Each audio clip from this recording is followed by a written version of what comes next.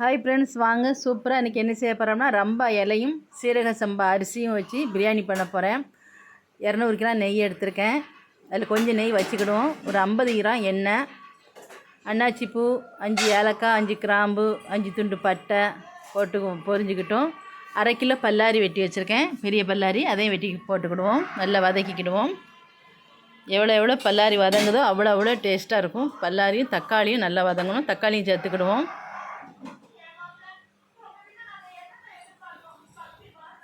2 உப்பு சேர்த்துக்கிடும், அப்போனா நல்லா வதங்கும்.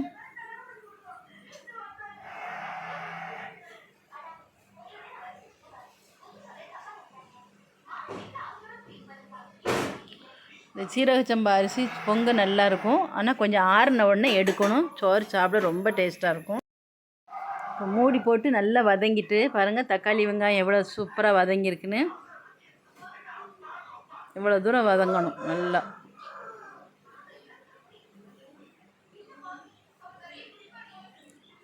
இப்படி வதங்கினா தான் சோறு சூப்பராக இருக்கும். 2 ஸ்பூன் இஞ்சி வெள்ளைப்பூடி சேர்த்துக்கிடுவோம். அதே நல்லா பரட்டி விட்டுக்கிடுவோம். பச்சை மிளகா ஒரு 5-6 நறுக்கி வச்சுருக்கேன், அதை சேர்த்துக்கிடுவோம்.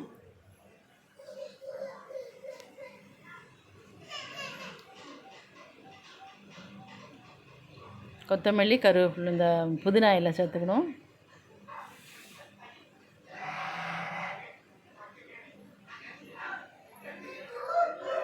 ஒரு கைப்பிடி அளவு போட்டிருக்கேன் கொத்தமல்லி, புதினா. கொஞ்சம் மஞ்சத்தூள், 1/2 ஸ்பூன் வத்தத்தூள்,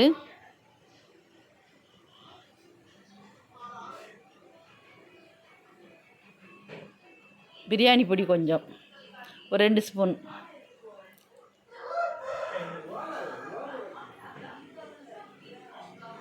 ஒரு பங்கு அரிசிக்கு 1/2 பங்கு தண்ணி தான்.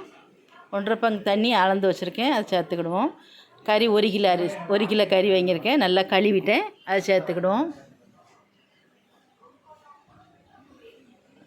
நல்ல கறியில் அந்த மசாலா எல்லாம் நல்லா விரவட்டும்.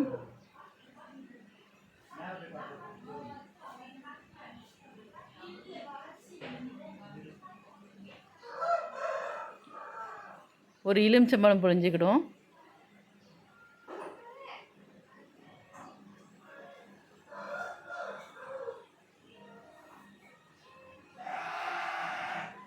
உப்பு சேர்த்துக்கிடுவோம். அரிசிக்கும் சேர்த்தே போட்டுடணும் உப்பு, அப்படின்னா கறியில் நல்லா உப்பு சேரும். கொஞ்சமாக ஒரு 2 கிளாஸ் தண்ணி சேர்த்துக்கிடுவோம்.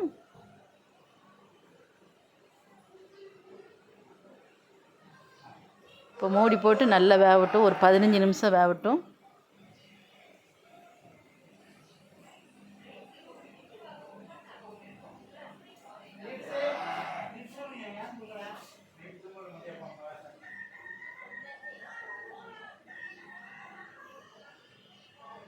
அரிசியை கழுவி எடுத்து வச்சுக்கிடுவோம், தண்ணி வடித்து.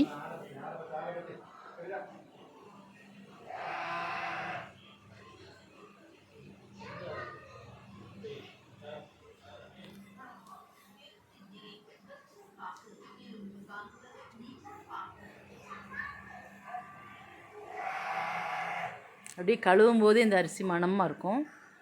கறி நல்லா வெந்துட்டு இப்போ தண்ணி சேர்த்துக்கிடுவோம். தண்ணி கொதிக்கட்டும், நல்லா கொதிக்கணும், அப்போ தான் அரிசி போடணும். நல்லா கொதிச்சுட்டு அரிசி சேர்த்துட்டோம்.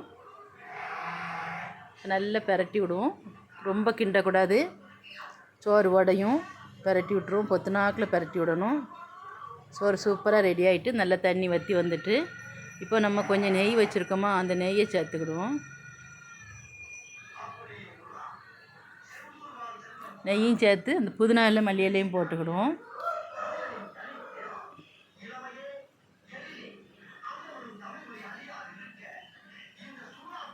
மூடி போட்டு ஒரு சட்டி நிறையா தண்ணி பிடிச்சி தண்ணியை ஏற்றி வச்சுக்கிடுவோம்.